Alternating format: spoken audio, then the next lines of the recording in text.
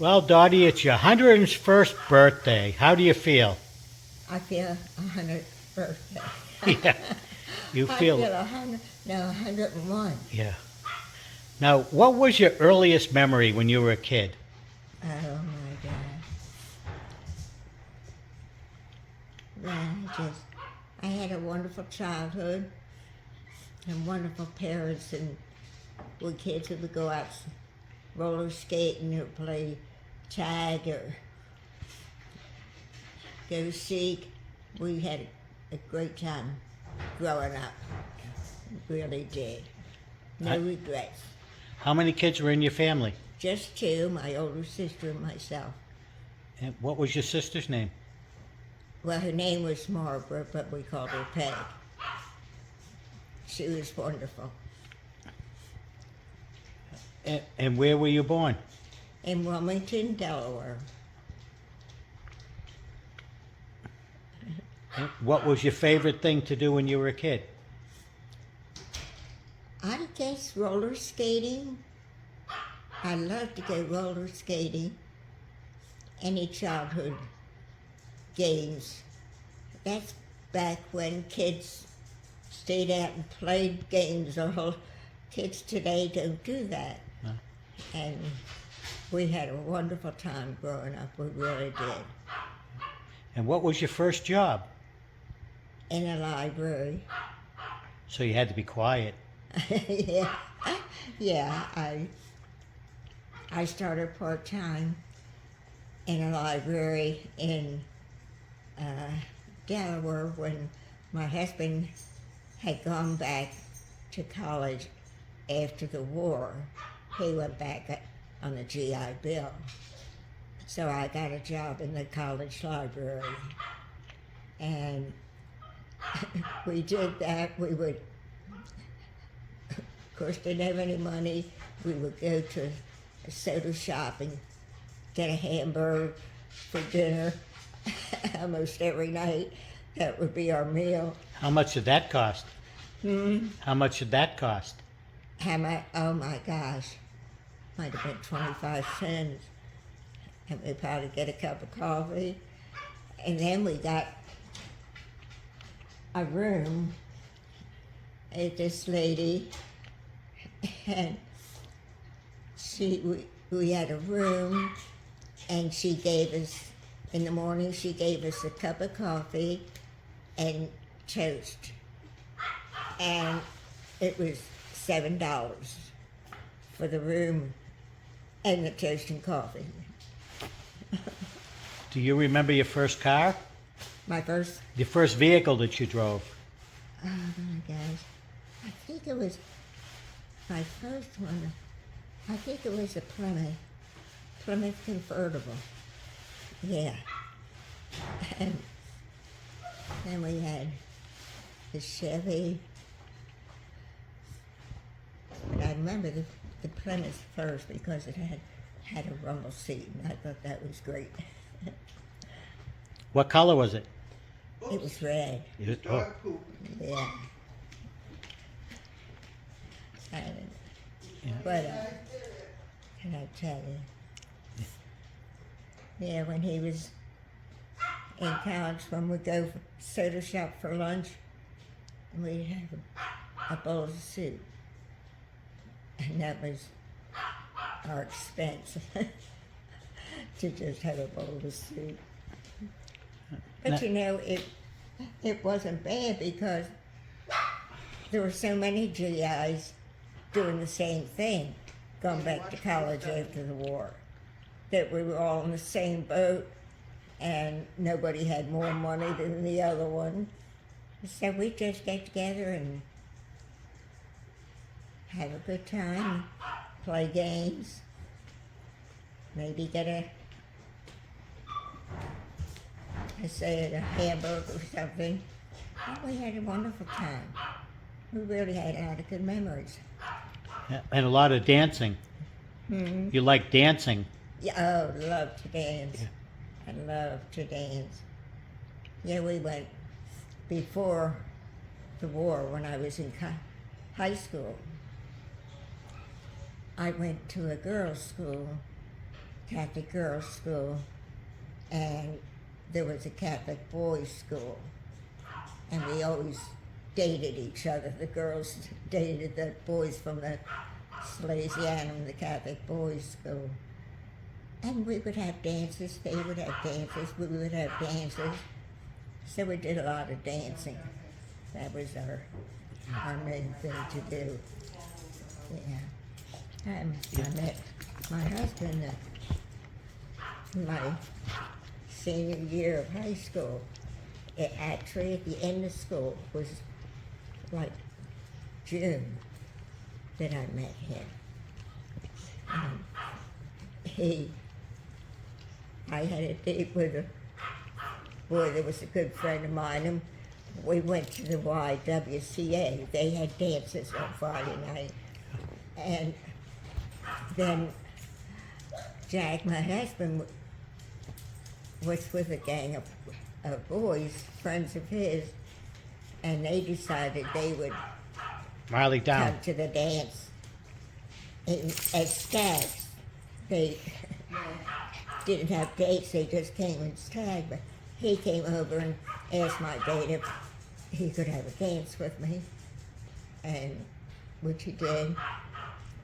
And then he asked me my address, my phone number. The next day, he had forgotten it. And his friend knew a girl that was a friend of mine, so they went to see her, and he described me. He said she has blonde hair and she lives on 27th Street. And Betty Lou said, "Oh, that's gotta be Dottie Stilwell." Not Dottie Stilwell, Dottie Waldron. So she gave him my phone number, and he called me, and that was it. Love at first sight? That was the first date, and we dated ever since. Yeah. And then he went to South Pacific. I was still in college when he went to South Pacific, and he was there for a year.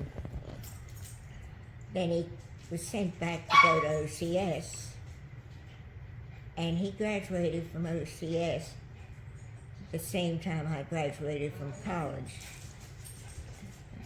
So we both graduated, and that's when he asked me to marry him. We didn't have any immediate plans because I didn't know what I was going to do. He didn't know what his future was going to be in the Army. So I went up to the mountains with some of my college girlfriends. Her father had a cabin let us have, and we were having a great time just as girls. And I got a phone call, and it was my father. And he said, "You've got to come home." I said, "Dad, I don't want to come home. I'm having a great time." And he said, "Well, Jack just called, and he's got to leave, and you're getting married next week." You didn't even have a dress, did you? No, nothing, because we had no plans to get married right away. So I had to take the train home because you didn't fly at that time. I took the train home, and my mother and sister and I went to Philadelphia, bought a wedding gown, bought the bridesmaid's gown. My father set up a little wedding for us with a reception, and we were married the end of that week. And we left right from the wedding. We had about 3 or 4 days to ourselves to just drive around. We had no plans. And then we drove to camp, and we were in the Army. What year was that? That must have been 43. So I graduated in 43. And we just traveled from camp to camp. But then we gals got to be such good friends. And the guys would go in a convoy, and we would drive, the wives would drive. And we'd get to the town where we were going to be, where they were stationed, and we would go around and knock on doors and ask the people if they had a room to rent. I mean, these were not people that rented rooms, but they felt sorry for us. And we all would get one room and a bed, and we'd always make sure we got it in the same neighborhood so we would be close. And that's the way we lived. Sometimes the guys would get in at night, sometimes they wouldn't. We never know when they were going to be able to come in. But we'd walk in town, that was in dorm, we'd walk in town and get our breakfast. We didn't have a chance to cook, we didn't have a room, all we had was a room. But, you know, we were happy. All you needed was each other. That's right. And then I guess in about a couple of months, they got orders to go to South Pacific. So they left us again. They went to an island called Bora Bora in the South Pacific. It took them months to get there. They went on a big boat, but there were German and submarines all around. So they had to go real slow and keep an eye on what was going on. And it took them a month to get to this little island. So they were there for a year, and then he was sent back to the States to go to OCS. What is OCS? And Camp Davis, North Carolina. Okay. Yeah. Then we got married. We traveled around for the next year, camp to camp. And then they were sent overseas again to Europe. So I didn't see him again for another year. But it was meant to be. We stayed together.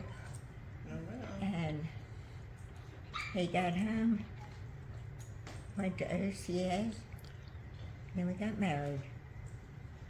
And just moved, got a job in agriculture, had a room. You know, back then, everybody was in the same boat, so it wasn't like you were the only one doing this. All the veterans have gone through the same thing. And I worked in the college library until I got pregnant. And then I went home and stayed with my mom and dad until he got home. Who was the oldest child? So, Who was the oldest child? what was the one? Who was the oldest child? Oldest town? Yeah. Older town? Yeah. It was Wilmington, Delaware. Yeah. No. Who was your first child? John. That was John? The first? John Yeah. was the first. Oh, child. Yeah. I thought you were saying town. John. Yeah, okay. And then, I guess, a year and a half after that, Michael came along. And then Peter, Patrick, and Timmy. Tell them how you told Jack that you were pregnant. The rabbit died. The what? The rabbit died. Yes, the rabbit. Tell him the story of that. Yeah, I was trying to get pregnant, and I just could not get pregnant. I could not. So I made an appointment with the obstetrician, and I had drawn a picture of a rabbit and I tacked it to the wall. And he took the rabbit test, he did the rabbit test, and found out I was pregnant. So I wrote a big note next to the drawing of the rabbit for Jack when he came home, and then wrote, the rabbit said yes. So that was the story of my life. And Tim's wife, when they were married, she wanted to get pregnant, and they were down at our house, and she just wanted to get pregnant so much. I said, well, let's go take the rabbit test. So we did, and she was pregnant. Wow. Yeah, and they were so happy. Yeah. But anyway, any more questions? I don't know. Can you tell me anything funny that John did when he was a kid? Something that made you laugh. I didn't know him as a kid. I didn't know him until we were in college. No. John. John. Your son John. Oh, Big John. Yeah. Oh my gosh. There were lots of things. I'm sure I could think of something that he did. I can tell you about Timmy. They used to sit in your corner cabinet and think it was a boat. Yeah, that was it. We had bought a corner cabinet at an antique auction, and then we realized we didn't have any place to put it. We didn't have any corners big enough to put it because it was really big. So we put it down in the basement and had it up so the shelves were like seats, you know. And the kids used to use that as their boat. They would row their boat on Yes, that. a very fine antique. Yes. And then John, when we were going to move to Newark, we finally got a place where we could put the corner cupboard up. For the first time, I'd been laying on the side for years. I finally got it up. And you know who has it now? Allie.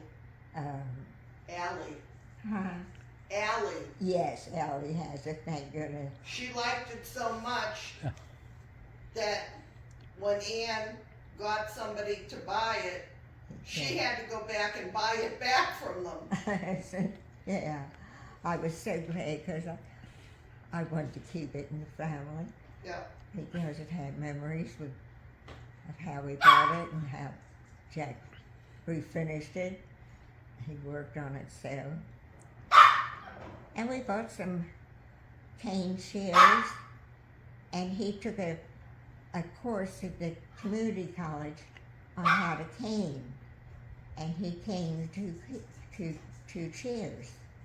They did a great job on it. But at that time, the community college had all kinds of jobs like that you could do. Yeah. But, yeah, he had, there were 4 boys in his family, 4 girls and 4 boys. And the oldest one was the only one not in the service. But he was working in a defense job, so it was still something for the Government. government. He worked for the DuPont company. And the other boys, one worked in the Navy, Jimmy worked in the Navy, and Paul was in the Air Force, and Jack was in the Army. So all 3 of them served. All right, let's see. Anything else you want to know? Yeah, what about your first house? Where was that? First time what? The first house. First house. First house. Oh my gosh. That was when he had just got he had just got out of college and got his first job. And of course, we didn't have any money. And my father said he would lend us some. So we got this house in Elkton, Maryland, which was about 30 minutes away from Wilmington, where we were both born and grown up. And it was a duplex. It was a little apartment downstairs and an apartment upstairs. We paid, I think it was something like $1,200 for it. You know, something that wouldn't be anything today. Yeah. $1,200. Yeah. Wow. That's what it was. And my father helped us out with that. But the couple that took the upstairs apartment, when he came around, we had put an ad in the little paper, and when he came around, and we were talking about it, and I said, we really prefer not to have anyone with a child because we have 2 little ones ourselves, and they would just keep each other awake. Because it was just a tiny little place. And she said, no. He said, no, my wife's not pregnant, and we don't have any children. So they bought the house. Well, we immediately became good friends. And my parents' place at the river was just about 5 miles from where we were living. So I'd get her and we'd go down to my parents' cottage. So we were out in the water one day, and Jeannie said, Daddy, I have to confess, I've got something to tell you. I said, what? She said, I'm pregnant. I said, oh, Jeannie, that's wonderful. I was so happy for her. There was nothing about no children, you know. We were just so happy for them. So she used to practice on my two, on Buggy and Michael. She would take out and wheel them in the coach, you know, and change diapers, and she just practiced on them.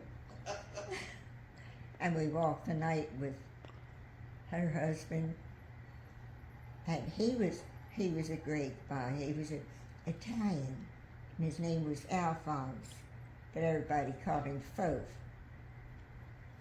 And he was a salesman. Somehow it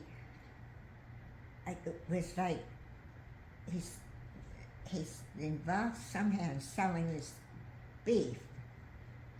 And so he'd bring all these steaks home, and after we got the kids in bed, we would fix them, we'd have a steak dinner. You know, sometimes about 10, 11 o'clock at night. But we became such good friends. And her parents were wonderful. They had a beautiful farm up in, well, her father actually was a butcher, but they had this beautiful farm, and it was close to where we lived, so we would go up there quite often to see her parents, you know, during the day. That's where the steak dinners came from. Yes, yes, that's where the steak dinners came from. But, yeah, we were poor but happy. But everybody else was in the same boat, so it didn't make any difference. And I know I told you this story about Patrick and our neighbor across the street. Her name was Mary, and she worked in a bank downtown. And you have to realize the town was so small. It wasn't a big city town. So Mark was, we'd wish one no, it was Timmy. Yeah, it was Timmy. He walked across the street and he knocked on her back door. Oh my God. Hey, 77 you steps made later.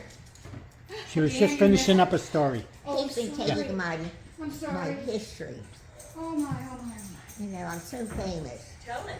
that he's taking my vocal Tell history. him. Tell him the rest. So tell me the story about Timmy. Where's Oh, Ginger? yeah, he went across the street to my friend Mary Brown, who he did every once in a while. But she was just home on her lunch hour. I am not And she said, she opened the door and she said, oh, Timmy, you are, what did she call? Oh, you are persistent. And she said, he said, no, Mom, no, Mary, no, Mrs. Brown, get it right. No, Mrs. Brown, I'm Timmy. I'm not persistent, I'm Timmy, my name's Timmy. That was a good story. So, can we continue this till the next day? Yeah, we can do that.